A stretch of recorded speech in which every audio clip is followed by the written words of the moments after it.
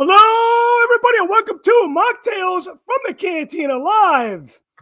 Episode number 77, the first of hopefully a handful of holiday shows during the year 2025 as we close out the year. Thank you so much for tuning in.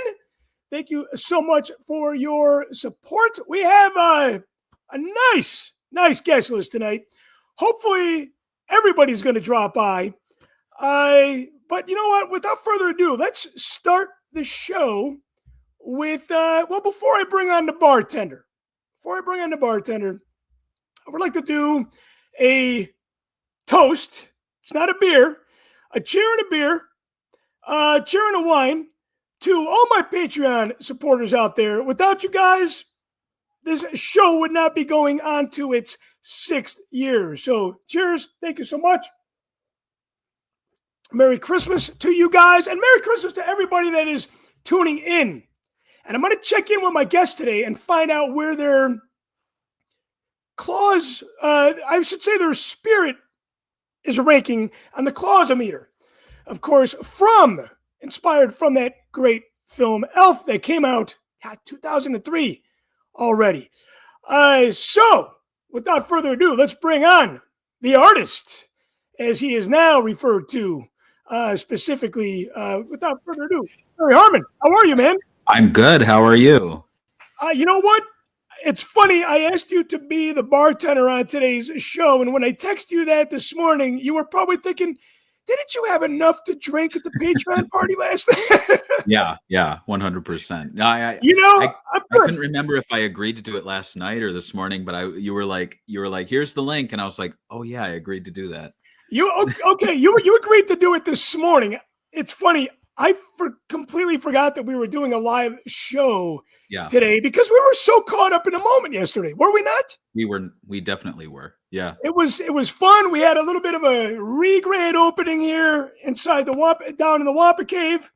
And it was just, this place has not looked this good, unfortunately, since last Christmas. Yeah. It was good to have you guys back home, so to speak, celebrating the holiday season. What are you making for us tonight, man? Well, hey, so I kind of last minute was like, well, what are some Malort drinks I could make? Oh, gotta do Malort, man. Yeah. So this is one I found on Reddit, like within the comments. It was called a Chicago Kiss. So we'll see how this goes. Okay, so what Chicago Kiss, not to be confused with the Chicago Handshake. No, that's the Chicago Kiss. Okay. So I'm gonna start. I guess I'll put the Malort in first, so it starts to get watered down. So I'm gonna do about the little small bit of the jigger. So I'm gonna do that. Now I got to ask you this: is this going to be, kind of like morning news style, or are you going to actually drink this Malort drink tonight? I'll drink it. I'll drink it. All right, you'll raise your glass there. I'll do it. And I'm putting this. I'm going to shake this on ice first, so I'm not putting it in the drink just yet. So hopefully this will water it down. And then I'm going to put the same amount, Cointreau. I always read it. I never say it. Am I saying it right? Yeah, I think, when I tended bar for a short minute, I believe that was Cointreau. Yeah. Now, okay, this is a Chicago Kiss. Obviously fitting for the holiday season. Is there a mistletoe involved here? If you want it to be, then that's what we could pretend there's some mistletoe. I don't think mistletoe tastes good. I've never eaten it. Have you? No. And then I'm going to put half. Well, you know what? I didn't mean to put the mistletoe in the drink. I just, Oh, just like be under it as you drink. Yeah. Could you imagine putting mistletoe in a Malort drink? That might actually reverse it and make it taste better. Maybe it would. Maybe that's the secret. I put half the juice of half a lime. And then it called for, man, what's that? Ginger ale, but I don't have that. So I have some Sprite. So I'm going to put a little Sprite in there. Well, that's a good substitute. Yeah, that's a good substitute. And I think that everything's in there now. So I'm going to put the lid on, and hopefully it won't go all over the place. It did. Oh, you know what it is? It's the bubbles. The bubbles did it. The bubbles. So it's now okay. it's going to All right. explode all over the place. You know what? I don't think it got on anything.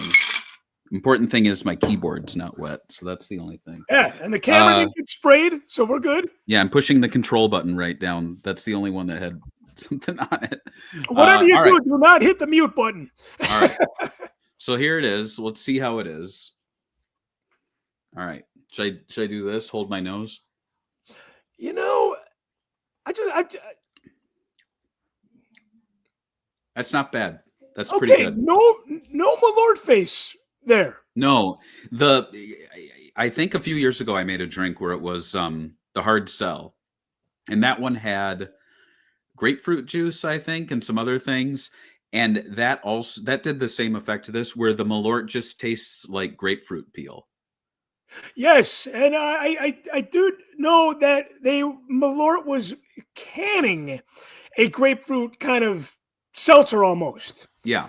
And it definitely neutralizes the taste. And for those of you guys who are like, what the hell are you talking about, Malort? Malort is a Chicago window cleaner that passes. Should I? I mean, should I? I'll do it. I'll do the small one. Should I do it just so I yeah, can? Yeah. Just to kind of let's see if you can do it without the face here. I think I can, but that would be acting. I mean, It is Sunday, but it is the holiday season, so it's hard not to. I'm already regretting this. Yeah. You know.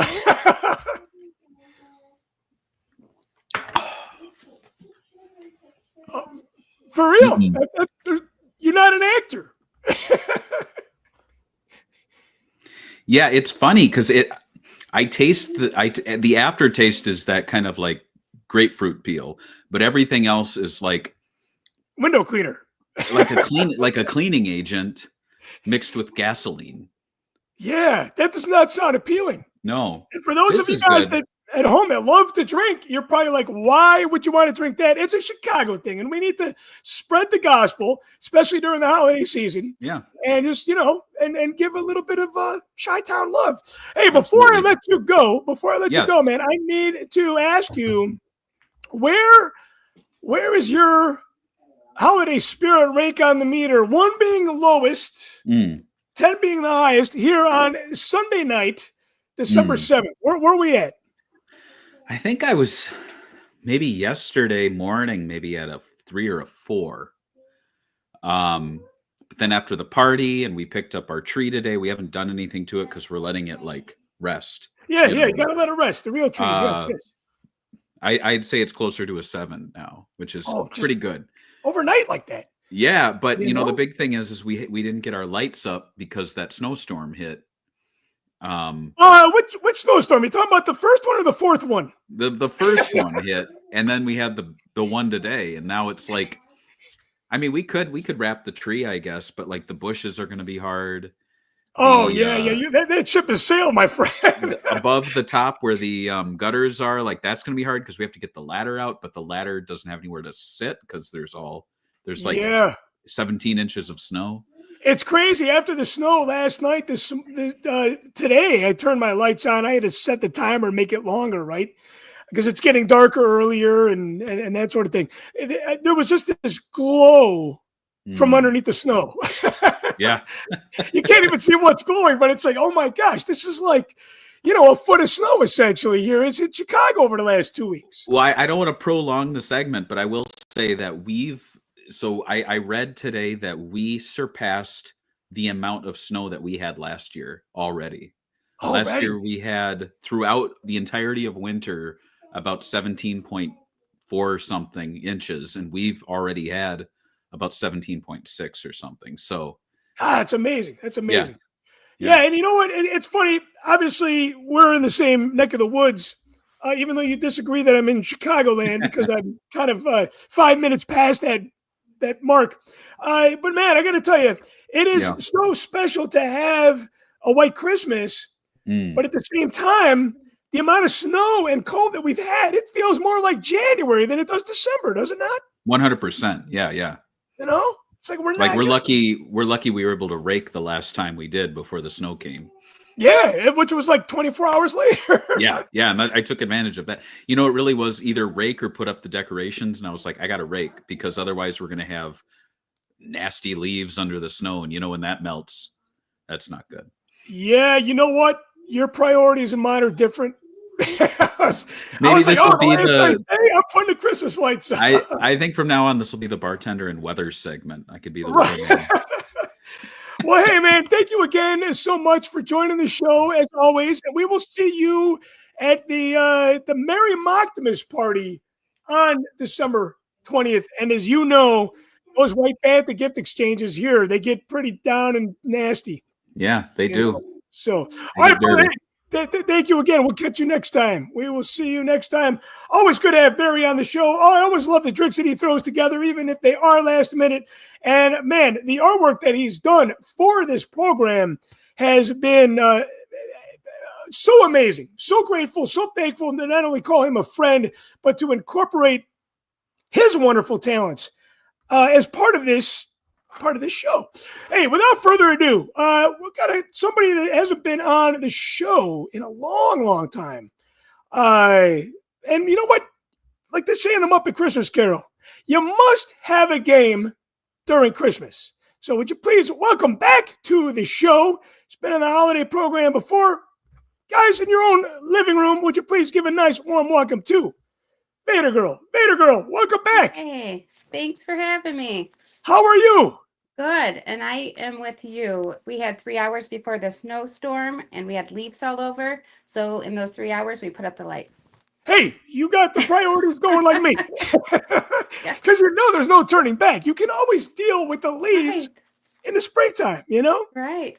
In the springtime. Hey, let me start out by asking you, on the Clausometer, of course, inspired by the movie Elf, where is your holiday spirit? 1 being the lowest, 10 being the highest.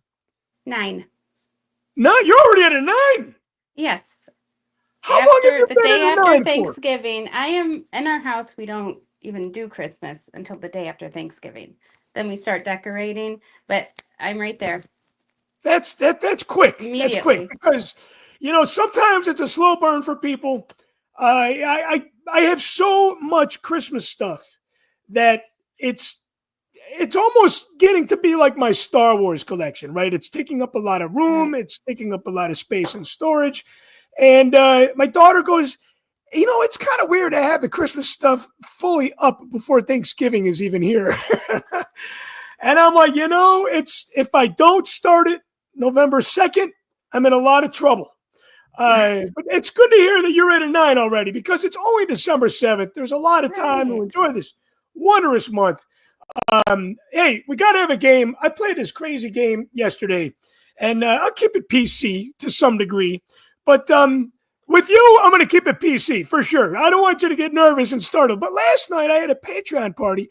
We played this stupid, dirty game, Cards Against Star Wars. Oh, I haven't seen that one. Oh, man. And I have over 300 board games. And do you really? Yeah. I think there was add that one for this. But the funny thing is that we were playing this yesterday, and my Star Wars friends were like, you know what? This is not officially licensed because they spelt Wookiee wrong. Right. They spelled race. 1E. Yes, exactly. Yeah, you know it. Yeah.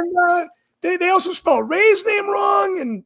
But anyways, we're gonna play something a little bit less. We're gonna play something a lot less dirty tonight on the show. We're gonna do a Would You Rather, and this is all Christmas oriented stuff. So I'm gonna ask you a couple of questions, and you tell me which one suits you best, and this maybe gets people a chance to know Vader Girl even more so during the holiday season. All right, would you rather have hair and a beard like Santa? Well, this is more of a question for your husband, or be totally bald. We're going to skip that one. I feel like that's a man question, right? Because you don't Not really. Hair and a beard. I heard at menopause women do grow some hair. So.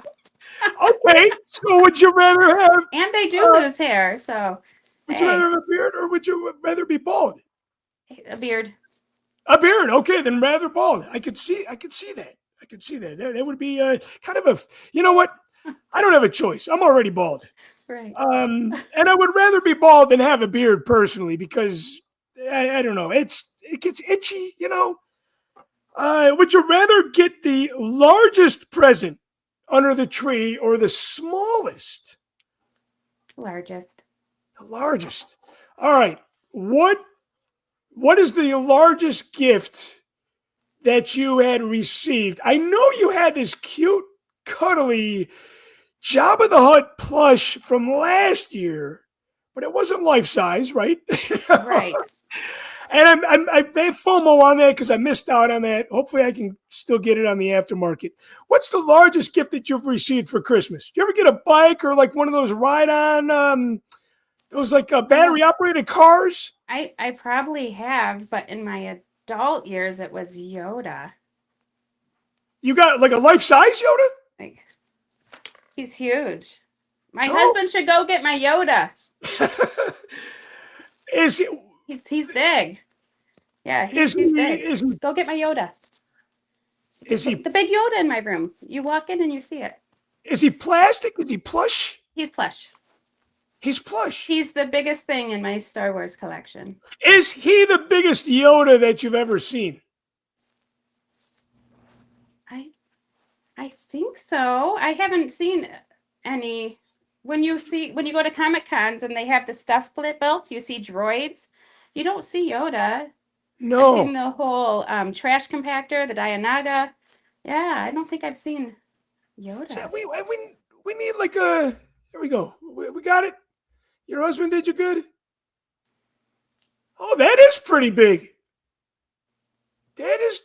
You know what? He's That bigger might than even my be more. AT-ATs. He might even be bigger than Yoda himself. That The is. biggest thing in my collection. That is adorable. You know what? I have a Yoda door greeter, right? And Mhm. he's got the same eyes, so I think he's from the same company, if you will. But I feel like that Yoda is bigger than my Santa Yoda, which is kind of crazy. He's a San Diego Comic-Con exclusive. He's a San Diego Comic Con. Now, have you been to San Diego Comic Con? I heard that's a No. shit show. I don't think I would want to go. I also heard the same thing. Yeah, I too bought many this people. off of a third-party seller. So, Off a third party. So yeah, you know what? well, they got it. I got it for a Christmas gift. My parents got it for me. So it's not on your bucket list to go to San Diego Comic Con. No, It's not on mine either. I hear so many people go, but they like end up like, in their hotel rooms kind of thing. I went to Toronto Comic-Con. I think that's their big one. And I can imagine that's how San Diego might be. And we couldn't walk. Yeah, It was it's not very busy. Yeah, very busy. Hey, okay, so I've been meaning to ask you this too, because you do the sign language for the celebrities at these comic conventions. Do you, since we're winding down the year here, do you have? I should say, what was your favorite celebrity moment this year during 2025 while doing the sign language? I know you've shared some really, really great stories before. What's the takeaway from 2025? I just interpreted for her a few weeks ago. Juliette Lewis. Oh, Julia Lewis. Yes, I believe I saw She photos is of you. amazing. She's humble and she's so quirky that she was so fun to interpret for. Yeah. That is what now would you say top 3 of all time when it comes to being fun to interpret? Would you say that she's definitely on that Yes. higher tier list? Yes. John Barrowman is number 1 from Doctor Who and Torchwood. Okay. Yeah. Who else would be on that top 3 list? I would say any of the Scream people. Matthew Lillard. Okay, yeah, those He's guys are fun. Yeah. That's awesome. Yeah. Convention-wise, you got anything lined up for signing for any celebrities already for next year?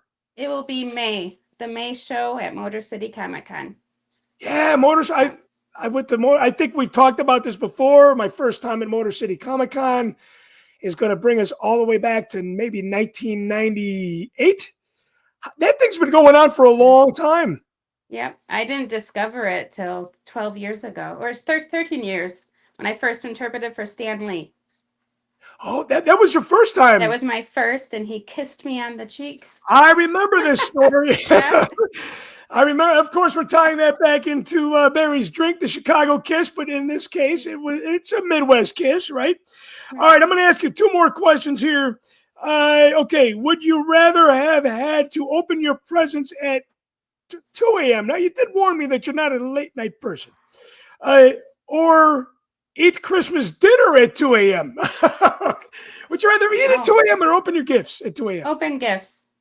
Open gifts.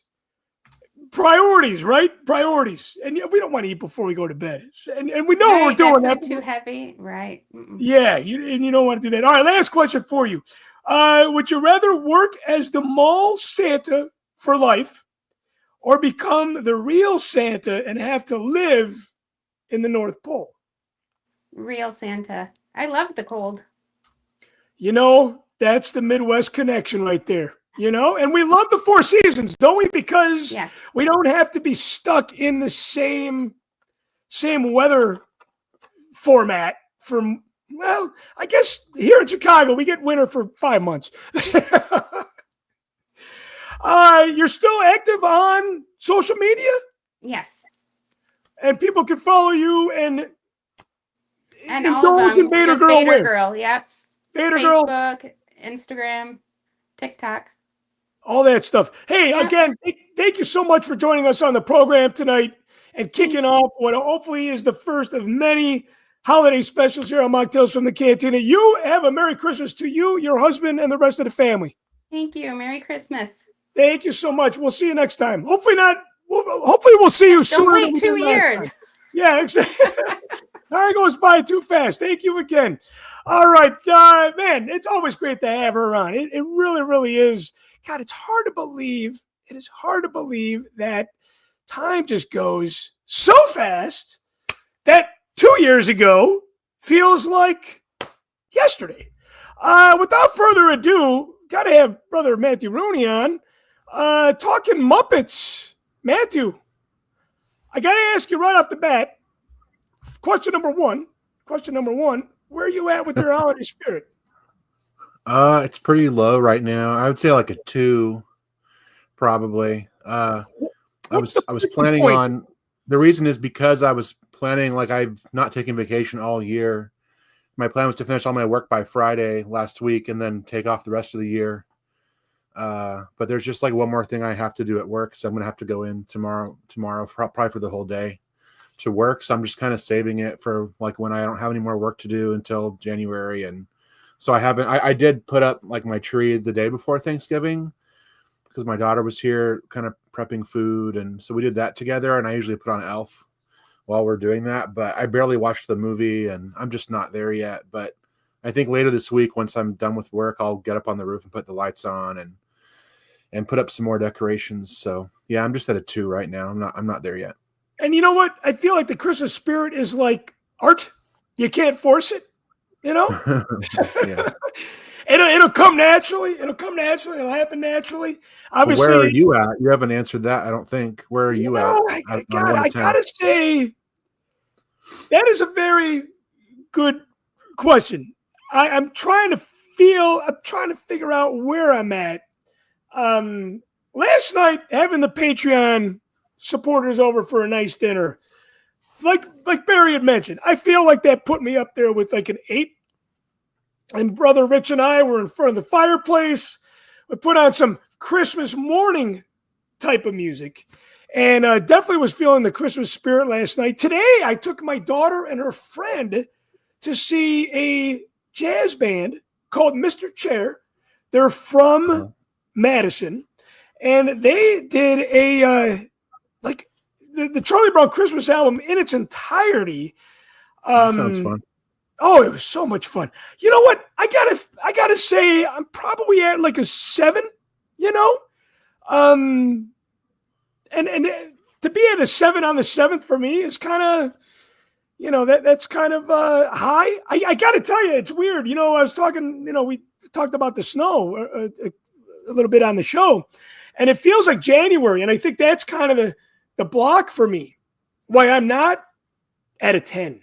But I'm never at a 10 on December 7th. You know, and again, it just kind of happens naturally. For you, do you have something that happens to you during the holiday season where you're like, okay, now I'm at an 11, to put it in Spinal Tap terms? I mean, I think on Christmas Eve, we were talking about this before the show, but I usually watch that Scrooge film with Albert Finney from 1970, and I'll have some eggnog or some holiday custard, and that's sort of like that's the big one for me.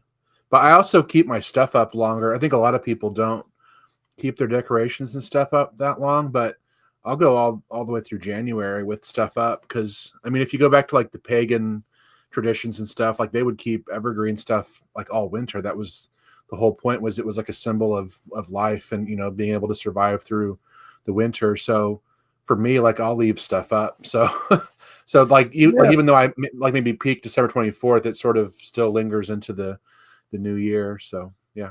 Yeah, it was funny. I was talking to, of course, Brother Rich. He's a therapist for his day job, and I was like to pick his brain a little bit, and I was like, man, you know, last night when everybody left, I was like, oh shit, here it comes. That, you know, you have the anticipation of having everybody over, you have a great time, and then all of a sudden people start to trickle out your door, and it's like, oh man, that moment's gone, right? And he's like, well, look at this. He's like, this is the first of many parties at your house this month. So I feel like that's why I crash and burn so much when the holiday is over, because I throw myself into, you know, even a one-up Spinal Tap. Maybe I'm at a 12 with my Christmas spirit sometimes. It gets to the point where it's like, oh my God, now you got to come down from this high.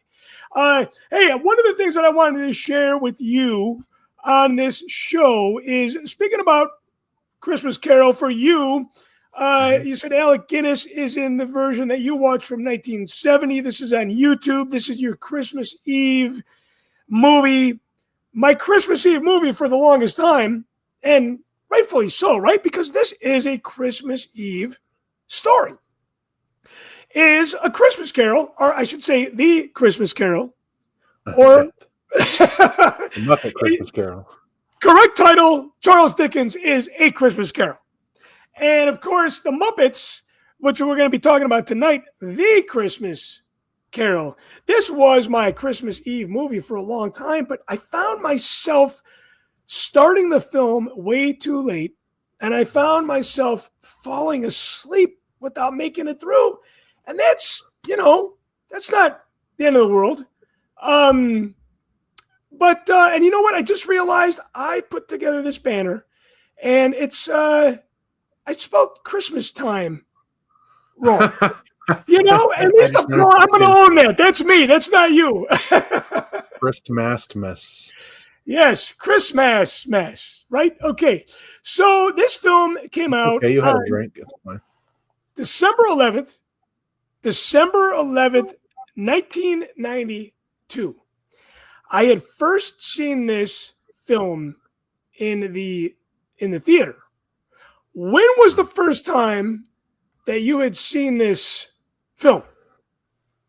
Well, we had it on VHS. It must have been, so it came out in December of 92 in the theater? Yes. If so, then that means it didn't come out on home video for at least a few months, right? So I probably didn't watch it until the following winter, because I didn't see it in the theater, but we definitely had it on VHS, or we like recorded it off TV or something like that. But I saw it. It must have been like the next year, because I remember where I was at the time, and it was like 93 at the latest. So I watched it, you know, pretty quickly after it was out of the theater, I'm sure. You know, for those of you that are too young to remember this, we are fortunate to have seen a lot of things come and go, and unfortunate, of course. But one of the things we used to do was we were able to take a blank VHS tape and record things off of the TV. And I remember in 93, I had a bootleg, well, I call it a bootleg copy, but it was recorded from TV. Trying to think when I had it on DVD the first time, because I feel like that came out maybe closer to the mid-90s. And the soundtrack, wow, the soundtrack itself came out super, super late. soundtrack came out like maybe for the 20th anniversary. It was very, very late on this one. And I believe when it was originally released, it was such a short run that the price on the aftermarket was so ridiculously high. I'm like, I'm not paying $100 for the Muppet Christmas Carol CD. So you had seen it around, obviously, close enough to the time of the release. I was probably peaking on my Muppet fandom. But you were like 17 or 18, but you were still like, it didn't matter to you that it was directed towards kids. You were always into Muppets.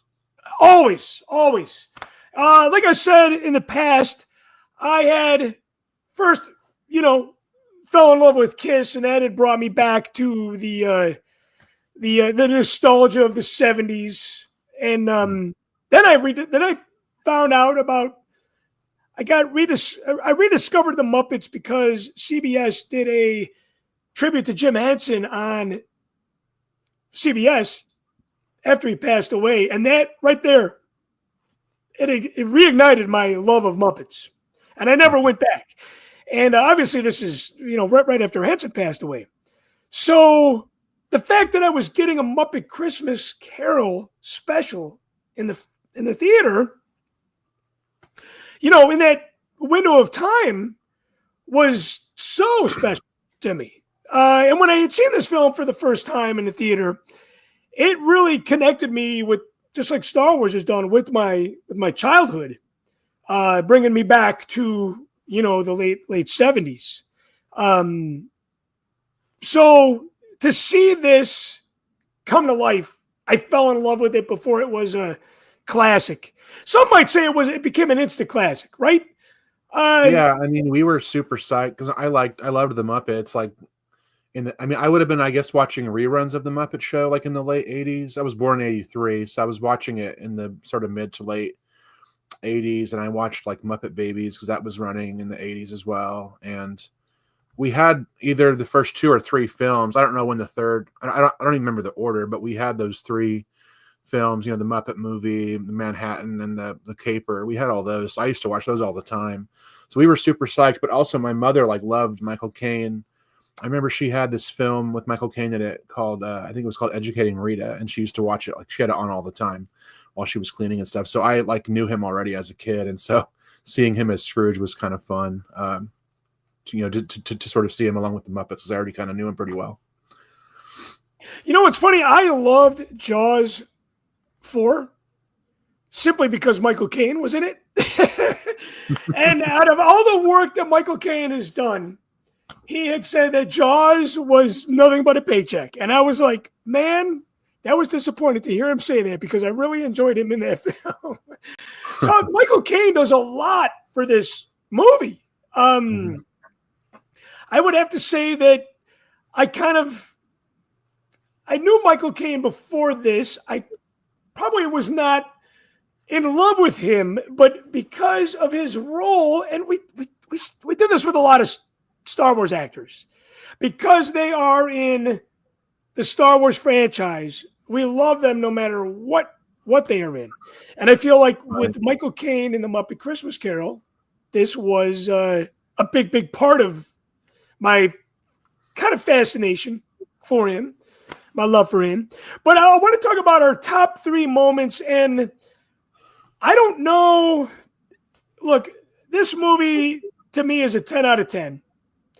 I definitely watch this every year. Last year, I took my family to see the Milwaukee Symphony perform the music in front of the film. And obviously you had went to see, was it Return of the Jedi? Yes. Right? This year? I've seen Empire and Jedi. They did Empire last year, and this year they did Jedi. And they're doing some Harry Potter ones in the spring, which I might go see. Yeah, this year you went to Jedi. Now, obviously I don't have to talk you into it, but if they do them up at Christmas Carol live with the symphony, yeah, I would definitely see that one. Yeah, have to go. So, okay, when I first saw this film, I obviously knew the story about Jim, because that was my reintroduction into the Muppets. So it's a 10 out of 10 for me. I don't want to rank these moments, so I'm going to put these in the order that they happen. The first moment for me is the title card with the music. The music starts off with that like really nice, beautiful London Symphony brass kind of music, which to me is kind of like the spirit of Christmas, if you will. It's the Christmas morning kind of vibe. So they're playing this very soft, beautiful classical brass music. And we see this title card, not just for Jim, but for Richard. And I did not know that Richard had passed away when I had seen this film. I was not that educated. And I feel like this title card and the music that accompanies it really sets the tone, like right from the get-go. Right from the get-go.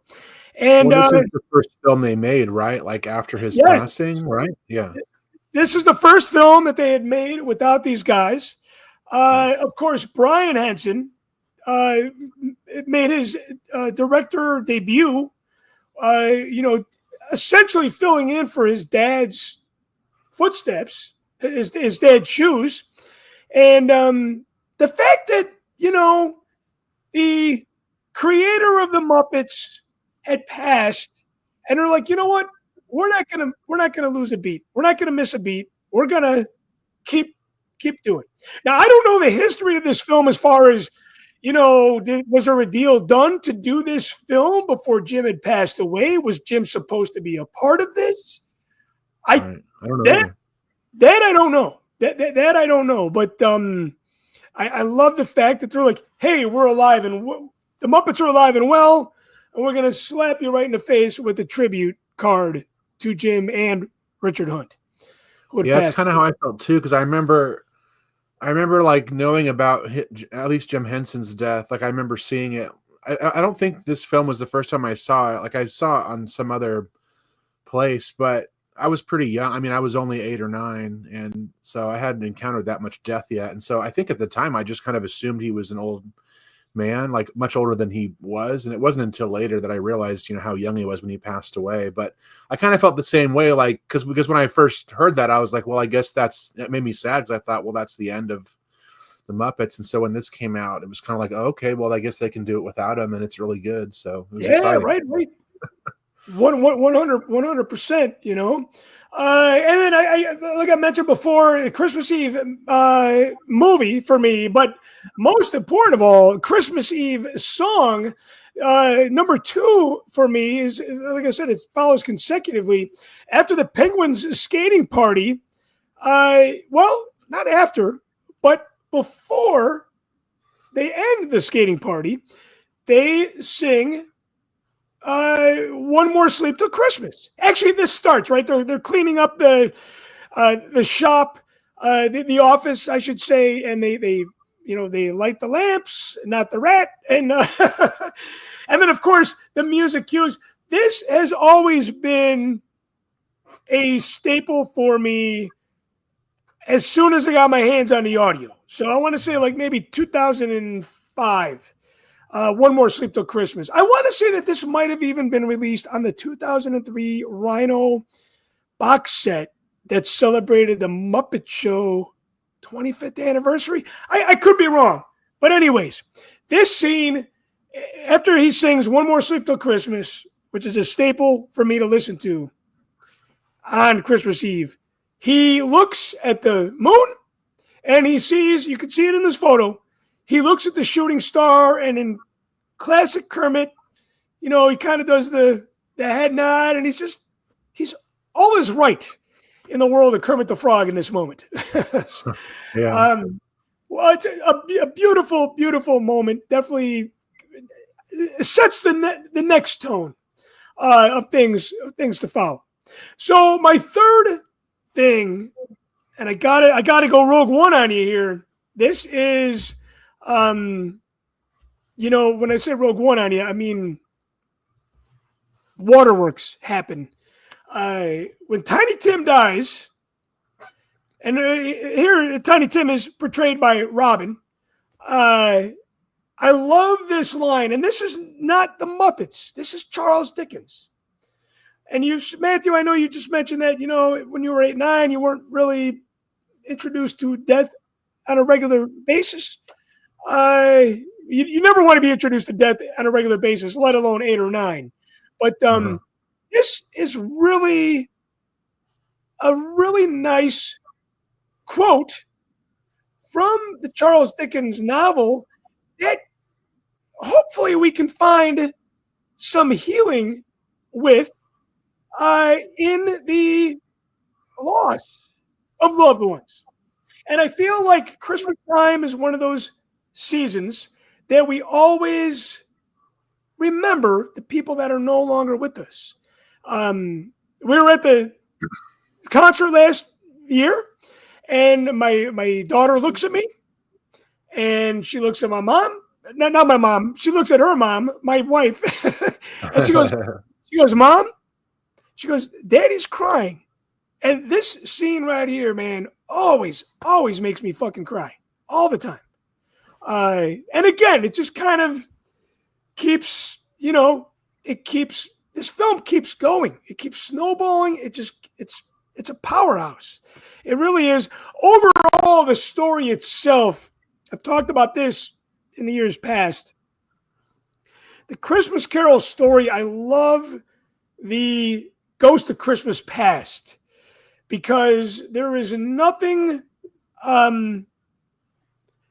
This Ghost of Christmas Past moment in the Charles Dickens story is essentially the concept of time travel, which we all kind of, for one moment or another, it wouldn't be too bad to take a trip back in time. So I do love that, but obviously, in the Christmas Carol itself, we obviously see Scrooge's shit go to life before he redeems himself, which I'm sure Darth Vader was a little bit of an inspiration from Scrooge himself. But Matthew, what about you? Top 3? Are you putting them in any order? What do you have when it comes to these 3 best moments in the Muppet Christmas Carol? No, I don't have any kind of order. And mine kind of all go together because for me, it's more the character of Scrooge that I really like. I mean, he's a tragic character, and maybe this is more me talking about Christmas Story or a Christmas Carol in general, and not just the Muppet version. But he's an older man, and like life has really beat him up, And so when you see him at the beginning of the story, he's got like all these walls up, and he's really mean to everybody, and he's angry, and he's a Scrooge as it's called now. And so my favorite parts are where you kind of see him as a real human, like he's actually a real human, and he's hurt, like these things have happened to him in the past, and he's really hurt underneath, and he's actually really sensitive, and so you kind of see why he's put up all these barriers. He doesn't want anybody to be close to him. He's living by himself. He doesn't have any friends. And so he's put up all these things in the way because he's been hurt so much in his life, and he doesn't want to be hurt anymore. So I really enjoy these scenes where we see him as a real human. So, I mean, you see him here where he's fallen in love with somebody. And I actually will cry when I watch the Albert Finney version from 1970. There's a scene where, the woman that he's supposed to marry has a scene with him in his office where she basically tells him she's leaving, and it's super sad. Like to me, and I don't know, maybe this is strange, but that whole scene is worse to me than the Tiny Tim dying part, because like Scrooge loves this woman, and he's just so full of his obsession for money and this sort of thing that he just lets her go. And in the Albert Finney version, he's standing there as an old man watching his younger self let her go, and he's yelling at him, "You fool, go get her right now, you're ruining everything." And that part makes me cry because he's looking back on himself and seeing this huge mistake that he made that would have changed his whole life if he had just made a different decision that day and hadn't told her that he still loved her and wanted her to stay. Then maybe his whole life would have been different. So, but I love seeing this scene where you kind of see him. He's got this loving feeling This is his reaction where when he's in the present, I think it is, he wants to go see his family, and his nephew makes this joke about him, and he's like, Oh yes, yes. He's supposed to be this like gruff, like nasty kind of businessman who like wants money from everybody and doesn't care about anybody. But as soon as he hears himself like being made fun of, he's like he's like about to cry. He's like so sensitive, and he's so hurt by this. It's kind of a silly joke that his nephew makes about him. But I mean, you can see it in like Michael Caine's eyes that he's like welling up and he's about to cry because of it. And so he's just this super like sensitive, like almost child, like person who's, not really had to deal with feelings in a long time. And so that Ghost of Christmas Present is kind of exposing him to that for the first time and making him think differently about himself. And then my favorite part of any version of the film or the story is when he has the redemption. He wakes up and, things aren't over and he's still alive. And I just love it because he wakes up and he just makes that snap decision. Like I was saying about in the past with that woman, all he had to do was just make one different decision and his whole life would have gone differently. And so he wakes up Christmas morning and he decides, and he does it. He says, I'm not going to be that person anymore. And it just takes one little thing, and he gets up and, everybody wants to be around him, and he's happy and he's smiling. And it's just, I love that because there's these kind of moments where all you have to do, like it kind of seems like, when you're in the middle of something, it might not seem like it's a big deal. But I think it's important to kind of pause when you're dealing with loved ones and relationships. And I don't know, just to, kind of pause and think about like, what are the repercussions of the way that I'm behaving or responding to this person? And like, could I regret, these decisions or these things that I'm doing in the future? And so it's important to always remember that you can always, choose differently. Just because you've gone down a certain path that maybe is the wrong path, you don't have to stay on it and run it all the way through. You can stop and you can change your path and go somewhere better. And so that's what I love about the end of that story, is that he just he finally, realizes that he can change, and he does, and has that happy ending. So those are my 3 moments. You know what, to go back to, I believe it was maybe your first point you made. You feel, okay, you mentioned that Scrooge is hurt. Do you feel like he did it to himself? Do you feel like he's got this Anakin syndrome? Like he makes the bad decisions to put himself in a really shitty spot? I mean, he did make the wrong decision. I don't know if it's all his fault. I mean, bad things happen. I mean, with Anakin and with Scrooge, like Scrooge lost his sister, I think, or I don't remember the story exactly now, but he had a sibling who was really sick, whom he lost, and he was sort of a lonely boy. And I'm not sure how deep it gets. There's a little bit of a prequel story to Scrooge. Yeah, so I mean, like he's already, he's like had a rough life, and he's trying to I kind of assume that he wasn't, wealthy as a boy, and so he's, had a rough life, and he wants to be able to have the security to be able to take care of a wife and have a family, so that way they don't have to live that way. But he gets so wound up in that he actually he actually loses it. And Anakin does the same thing. Like he, lost his mother, and now he has this great relationship with Padme, but he's so obsessed with not losing it that he actually ends up throwing it away. And Scrooge does the exact same thing when he, puts his business and his money ahead of, his relationship with his fiance. So yeah, I mean, it's both. I mean, he's not totally at fault because there are circumstances, but in each circumstance, they did, make the wrong decision. But with Anakin too, he also, in Return of the Jedi, he's gone way down the dark path for 20 years, or more than 20 years. But he still is able to stop and change, and he saves Luke at the end. And so he does the same thing finally. Yeah. It's, there's a similar story here. There's a comparison between Scrooge and Vader for sure. You know what?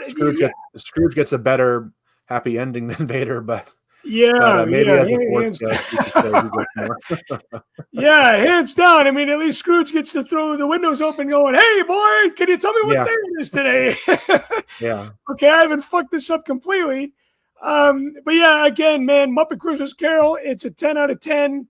It's one of those yearly, it's one of those holiday specials that I feel like if I don't watch it, I feel like I've missed out on a little something, which could definitely keep that holiday spirit meter, below a 10.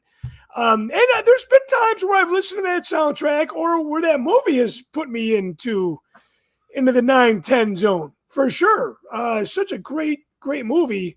I want to talk about, so I had, the Patreon party yesterday.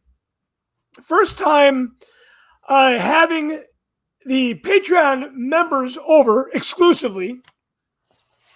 And we usually do this Machtails party. I used to call it the Star Wars Christmas party. Brother Sean Hines, was supposed to, Sean Hines wasn't supposed to join us tonight. The Santalorian was. And Sean had said, let's call this party Merry Machtails. I'm like, okay. So talked about this on the show before, that the White Elephant gifts, which we rebranded Star Wars, flavor, the White Bantha gift, becomes so cutthroat over here that you would think that fights are on the brink of breaking out. Doesn't sound very fun. No, it gets very, very intense. It kind of changes the tone in the room. I'm trying to set some rules that don't turn people into fucking complete monsters. Yesterday, I was like, okay, you know what? We're going to do kind of a gift exchange. And I gave, my gift was a really cool stocking holder that I'm going to share on Inside the Wampa Cave. For those of you that can, which is everybody, there is a link in the description of tonight's show where you can get access to Patreon for free. So make sure you click that. But anyways, I gave that. Retail was $100 on that item. And I got this gift bag. There's some cool items in here. But I'm like, okay, this is a really cool figure, right? It's not the retro one. It's the vintage collection one. But look, the card is completely fucked up in the corner there. And I'm like, well, man, that kind of sucks, because these cards, for those of you that have these, that have opened them, shame on you. You're on the naughty list for that. This is very reminiscent, if not a carbon copy, of the vintage Kenner line. And these, to me, these should not be opened, because it's a piece of art in its entirety by itself. But the card's warped. So that was kind of like, okay, well, that kind of sucks. So another item that came in this bag was kind of cool. This was a... So this was your White Bantha, like this is what you got, is this collection of things together? Yes, this is what I got yesterday, right? Okay. And it was a little different. Yesterday we had some newcomers. We had some people give a little bit more generously, because it was just targeted towards the Patreon members exclusively. Where, for example, yesterday there was 7 of us. The Christmas party 2 weeks from yesterday, probably going to have like 25 people. So now here's a question, Matthew. How come, what's 25 minus 8? What is that number? 17. How come those 17 people are not Patreon members? I don't know. I don't know. Yeah, it's a legitimate question, right? So this was this is cool. This is a lanyard from Celebration Japan. That's cool. I like that. I would enjoy having something like that. This was a cool item. I'm like, okay, this is cool. Didn't buy it. Couldn't go. It was brought back from Japan. And then nice. I got this giant Star Wars ornament collection that put Steve Sansweet's ornament collection to shame. But surprisingly enough, I did not have this one. And so is that a licensed one, or is that something somebody made?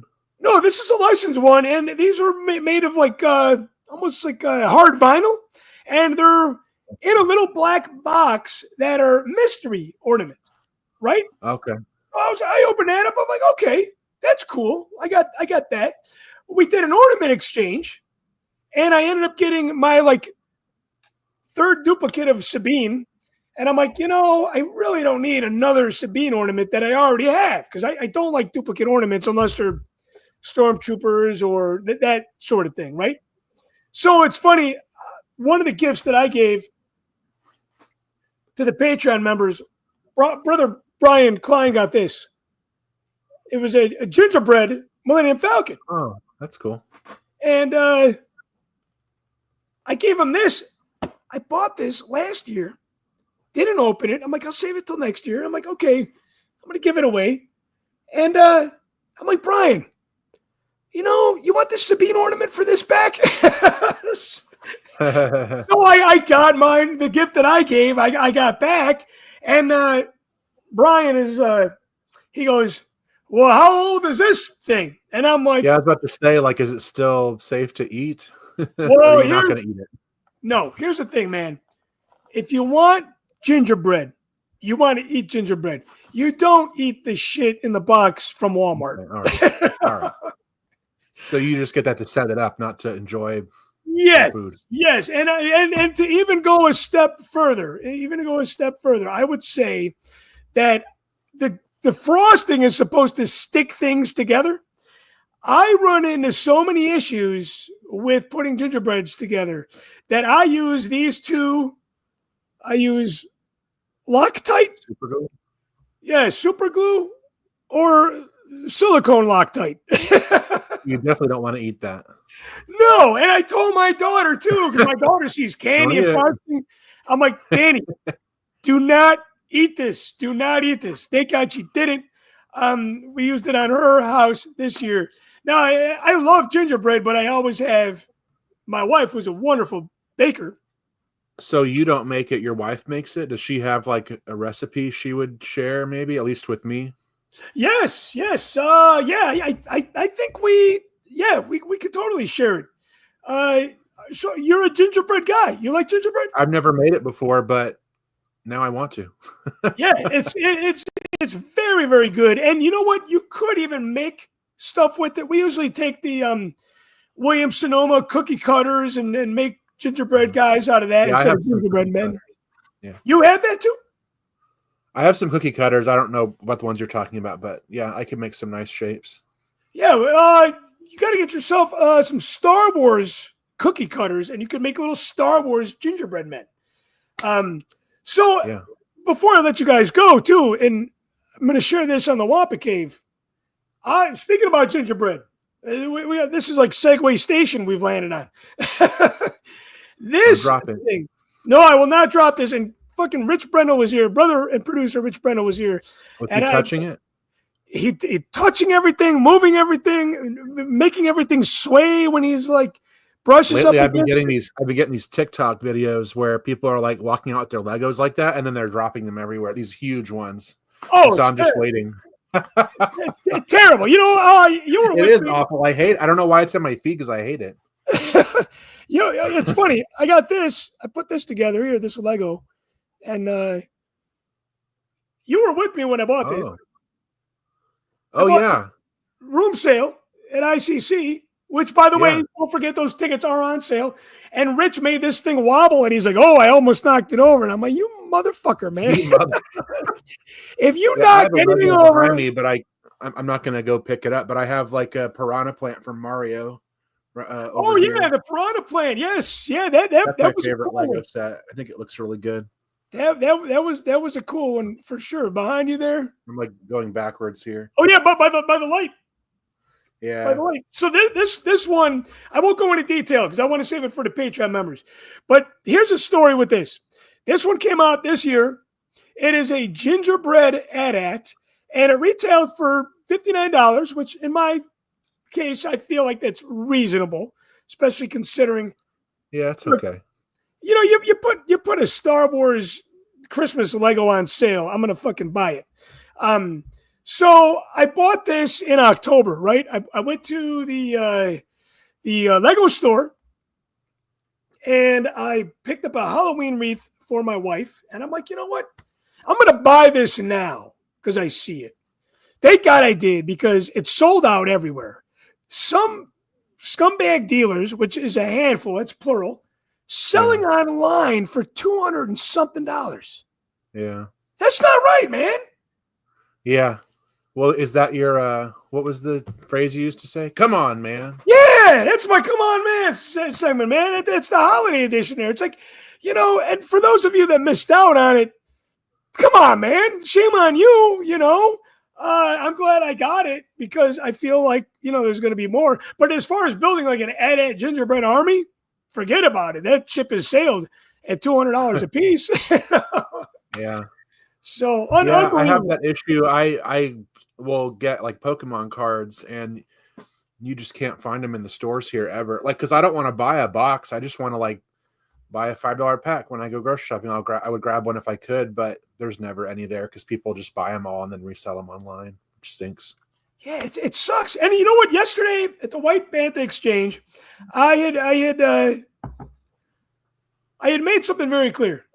I said, look, especially with the stocking holder that I'll share on Patreon, the Hallmark one. I said, look, if you guys have it, put it back. Put it back for somebody else to take, because I don't want to let this small circle of friends have a gift exchange and then start selling shit. I look, we all talk about how much we don't like the dealer and the secondary market, and it's okay to sell things. It's definitely okay to sell things. But if you're coming to the Christmas party and you're kind of, hoarding gifts or stealing gifts from, your fellow people in the dirty White Bantha Exchange, and you're flipping them on eBay, that's not cool, Yeah, come on, man. Come on, man. Exactly. Matthew Rooney, I want to thank you again for your hard work joining me on the show today, talking Muppet Christmas Carol.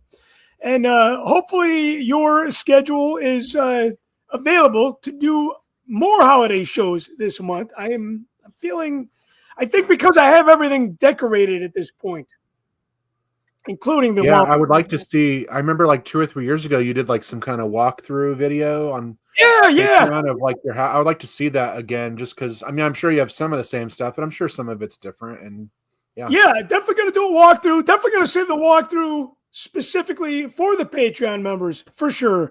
But yeah, it's good to hear that you enjoyed the walkthrough, because I definitely want to do that again. Yeah, things have changed. I want to do a walkthrough amongst my whole house, because every room in here is decorated. And I like to say tastefully, not over the top.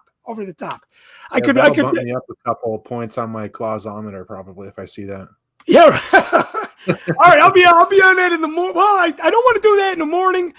Well, you know what? I might want to do it in the morning, because I feel like the lighting is a little bit more forgiving for the camera. But yeah, stay tuned for another walkthrough for sure. In several rooms. I want to thank all my guests tonight for joining me on the show. Brother and artist Barry Harmon, and the wonderful, beautiful Vader Girl. Don't forget to follow her on social media. Friend of the show, longtime supporter of the show. And stay tuned, guys, because we have more Christmas content around the corner for you. And the guests that did not join us on the show tonight, hopefully they will join us on another Machtails live holiday special, the sequel. Hey, be well, be safe, and we'll catch you guys next time on another episode of Machtails from the Cantina Live. So long, everybody.